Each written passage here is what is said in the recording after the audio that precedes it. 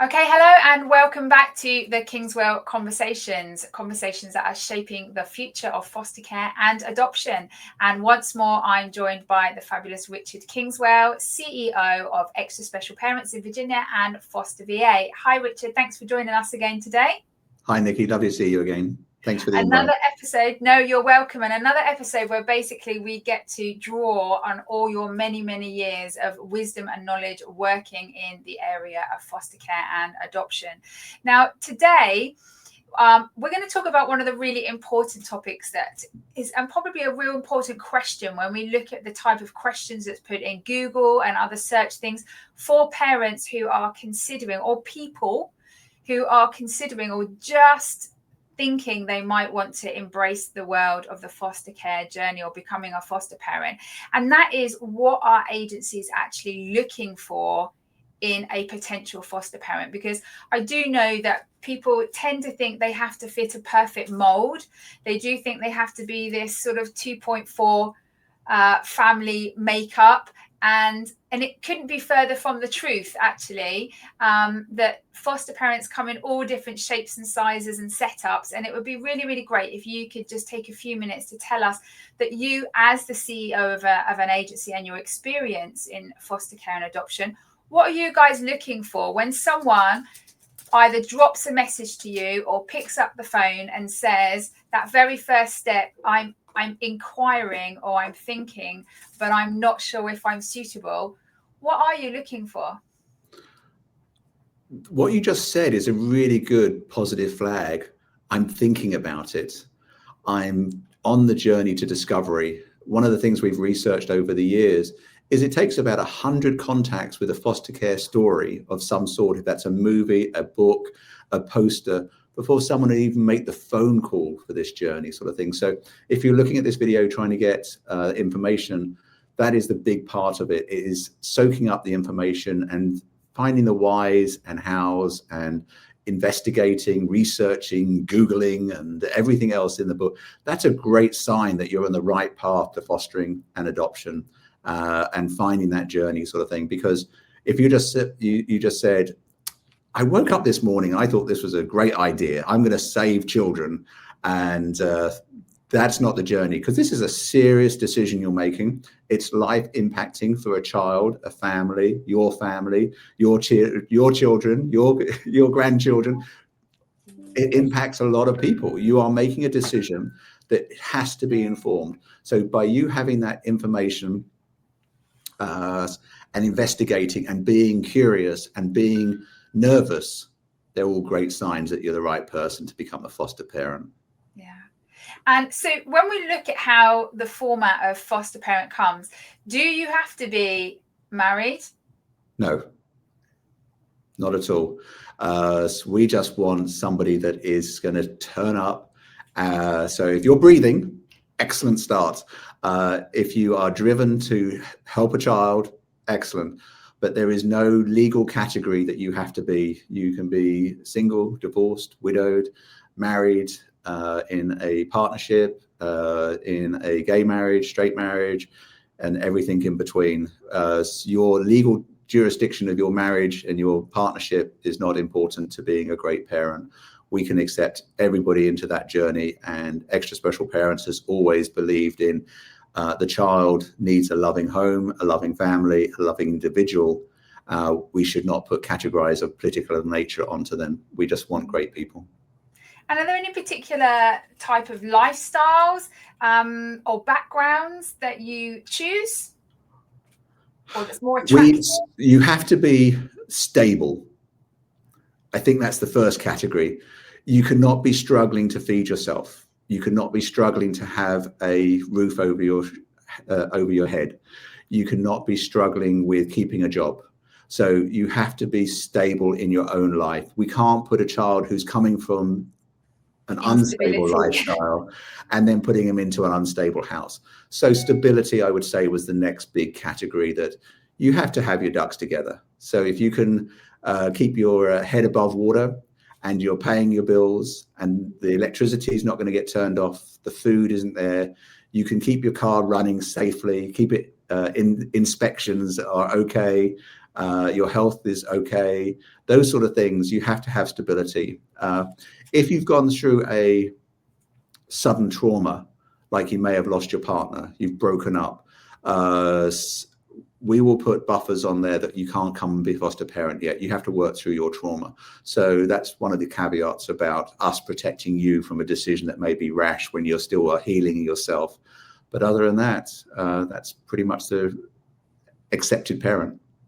Okay, so one of the things you touched on then was about health. If somebody was watching this and they do have some health conditions, but they're not life-limiting health conditions, but they are things that they are managing on a day-to-day basis, does that disqualify them? No.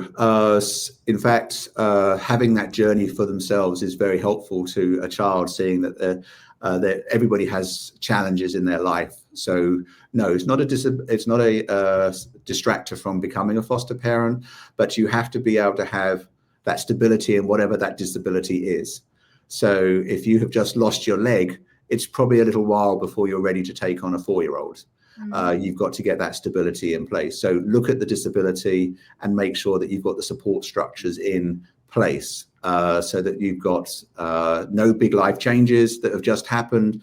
You understand your disability, you understand how to work with it, you have support, you have medical support. All those things are very important. So when you're talking to us, we will, in the home study, we will make sure that you've got all your disabilities, needs taken care of with a great plan.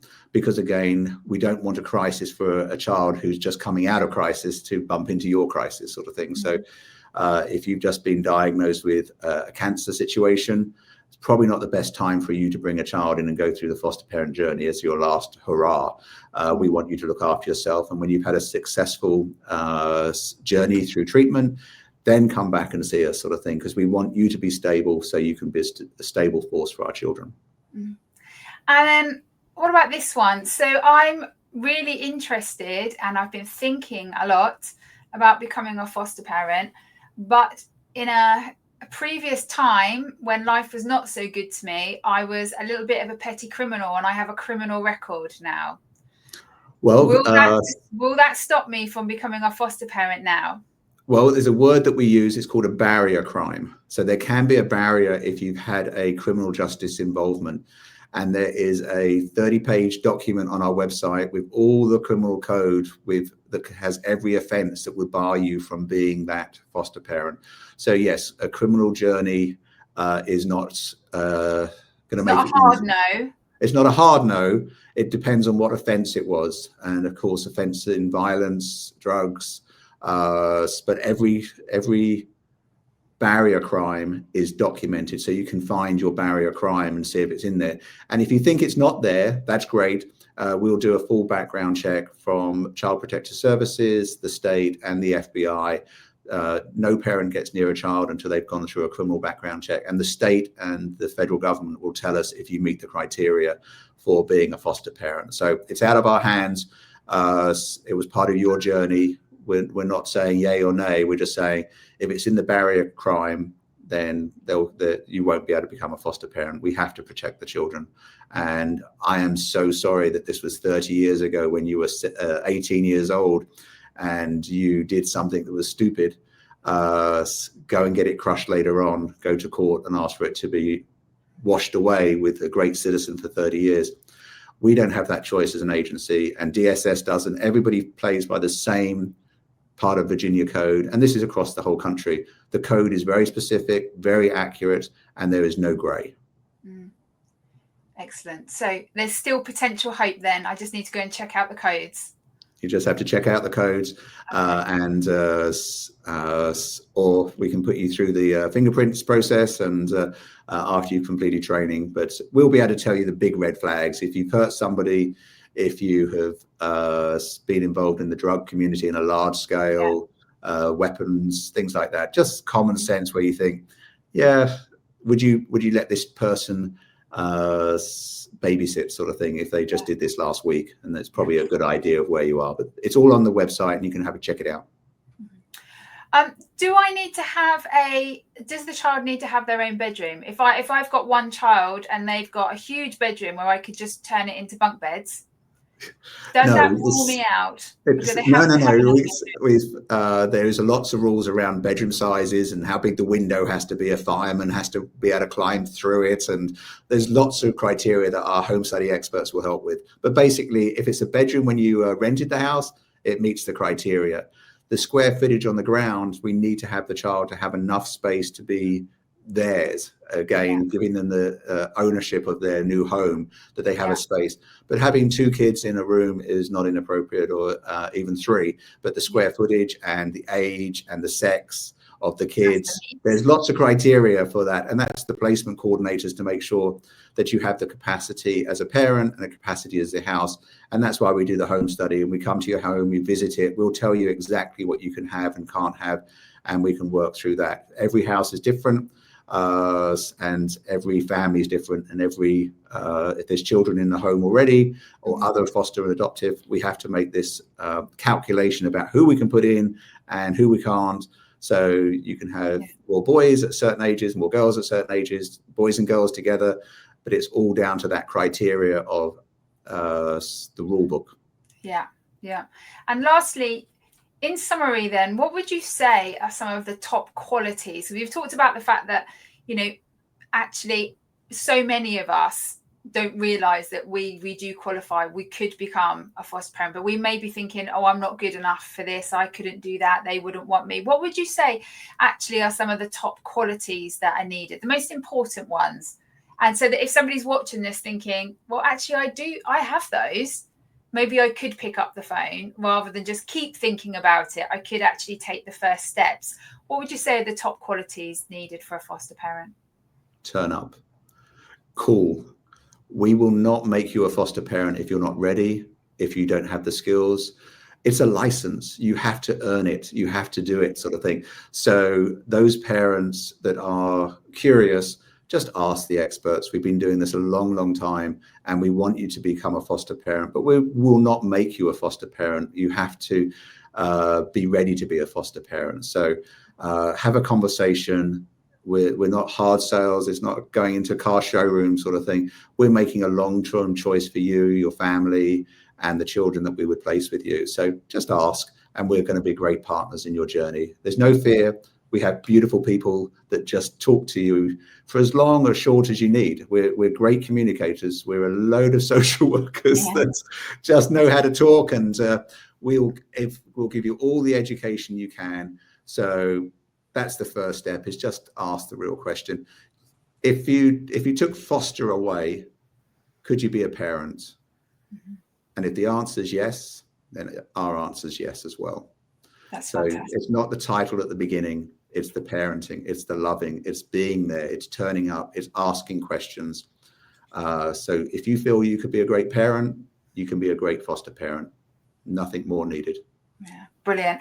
And I think what's very clear from some of those answers that you're giving is how important the role of a foster agency is to kind of hold somebody's hand through this process. Because I could sit there and say I would really love to be a foster parent, but there still are some rules that have to be met. There are some criteria that have to be met, and that's where you guys come in to kind of do the hand holding, to allow somebody to see, yes, you do meet the criteria, and yes, we can support you on the next step of the journey. Or maybe you don't meet the criteria yet, but if you can do this, this, and this, it could be a conversation we can have in the future. And I think that's really important, is that the role of a foster agency is not, it starts right at the very beginning. It's not the actual matching part with the child is a lot further down the line. There's a lot of hand holding, and your role as an agency with somebody starts right at that moment they pick up the phone and do say,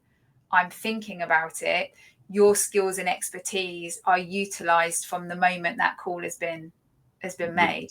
Very much so. And one of the things that's very important is we move as fast as you move. So last year, there's no pressure, is there? There's no pressure. So last year we had a parent that did it under 50 days, the whole process. Our average is just over 120 days. But we had someone else that broke 365 days. There's no rush. we want you to be a foster parent, but we also know that you have a life, you have things going on, but it's a license. There's a lot of responsibilities, and we take our responsibilities very, very, very seriously, and we know you do as well. So if you want to be a foster parent, just click on the form, fill it out, and have a conversation, and we'll work with you in the journey, and we won't push you in. You can come back. We have loads of parents that come back 2 years later. That's in our file that we talked to. We know who we spoke to, what we talked about.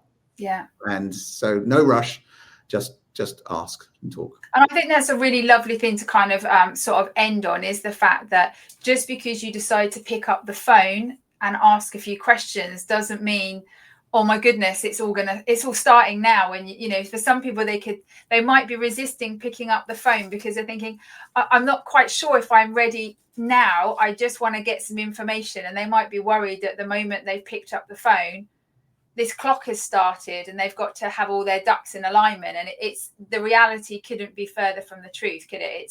That is correct. There's no rush from our side.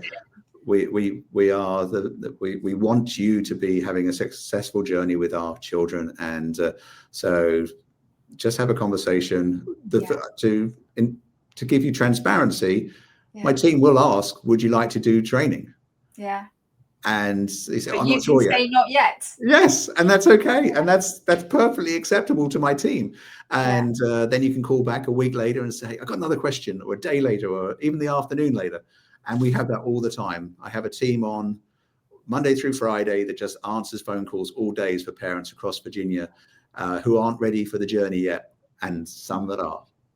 Oh, that's fantastic. Well, thank you so much. And for those people who are watching, who are potentially thinking, I am the person that has been thinking, which is why I clicked on this video in the first place. Do feel that if you want to get some more information, that you can just get on a call, or connect with somebody in the team at Extra Special Parents. You can do that by visiting the website, which is www.espva.org. You will see buttons on there to I would like to foster, to chat. There's forms. There's all sorts of information on there that you can gather. And if you want to just learn some more, and you're somebody that actually just wants to read a bit more information and just wants to gather some more information before you actually make that call, then I would massively suggest you go and download Richard's free guide. It's a comprehensive guide to fostering and adoption in Virginia, and you can get that by visiting www.fosterva.org, which is Richard's resource website filled with loads of information. For the moment you click onto that website, you are going to see the free guide that you can have downloaded instantly, and you can do a little bit of light reading. But by the time you finish that reading, you are going to be so much more knowledgeable about all the things we've talked about, and even more, that if you're still thinking after that, you are going to be so equipped to pick up the phone and make that call. Richard, thank you so much for joining us today. Thank you very much for having us. We really appreciate you letting us just draw on all that knowledge and experience within the Kingswell Conversations. So we will catch up with you again on the next episode. Have a lovely rest of the day wherever you are. Bye-bye. Bye-bye. Thank you.